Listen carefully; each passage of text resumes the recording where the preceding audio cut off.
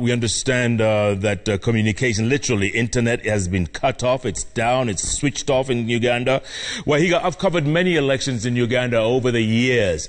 And, from your story, from your communication with you, it looks like this one is different. It seems like there's so much tension in the streets. Would you agree?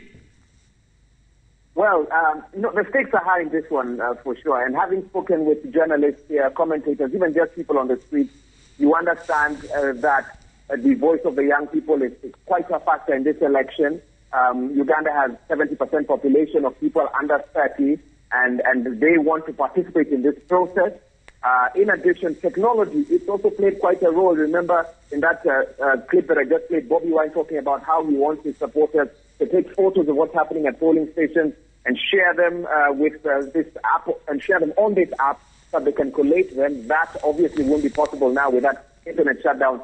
So dare I say that whereas in previous elections the stakes were still as high, there are a few factors that have come into play in this 2021 that might be the reason why such harsh measures have been put into effect. Yes. Yeah, I was watching an interview with President Museveni on CNN, and they were asking him, why keep arresting Bobi Wine? Why are you not letting him campaign? And his answer was, look, there's something called COVID. And that's why we kept doing that, because, we saved our people from COVID. Yes, that's actually something that I've heard in other parts of the world as well. But yes, when I did get a chance to speak with Bobi Wine, he complained about that. He also complained about why the Uganda Electoral Commission had, in a sense, hindered him from campaigning during the last week, because of some accreditation or form that he was supposed to fill that he wasn't aware that he was to as well. So yes, COVID-19, a very real pandemic. We don't want to take anything away from that. But it seems here in Uganda, at least according to the people I've spoken with, that it has taken a political tone. But Jeff, you also referenced security. It's tight across the country tonight, especially here in Kampala, the capital city. We've seen the deployment of the police, the military, which is the Uganda People's Defense Forces, and the local defense units, the LDUs as well. Let me paint you a picture of this, Jeff. You pretty much can't drive a kilometer in Kampala this evening without seeing their presence. That just gives you an idea of how high the stakes are here. Well, you have a very hectic day tomorrow. Do we know when we can expect results? Any indication? Yes, polling stations open at 7 a.m. By 4 p.m., unless there's a very long queue there, you expect counting to begin.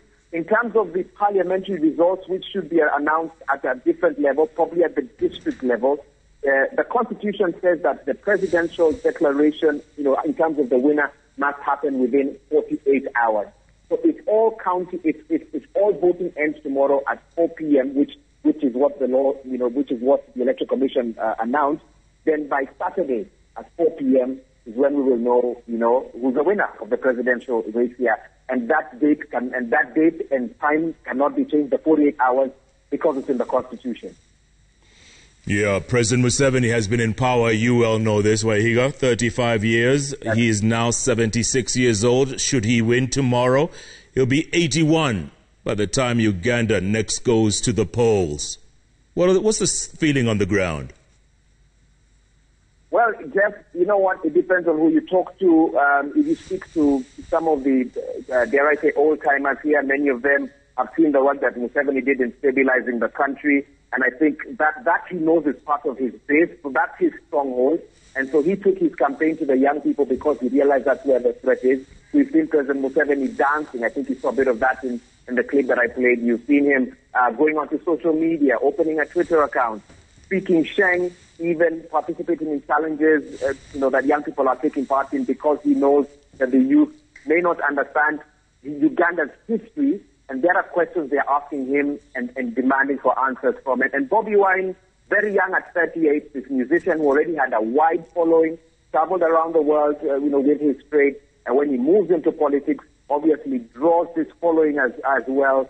And so I must say that I've gotten, different views depending on who you're speaking with, depending on which part of town you're in, and what is happening there. You will get different opinions on how the election could go. But the key message is, that I've heard from different Ugandans is, wake up early, go and vote, and keep the peace. That's the message I keep hearing just everywhere I go. And I guess that's That's the hope of every Ugandan tonight.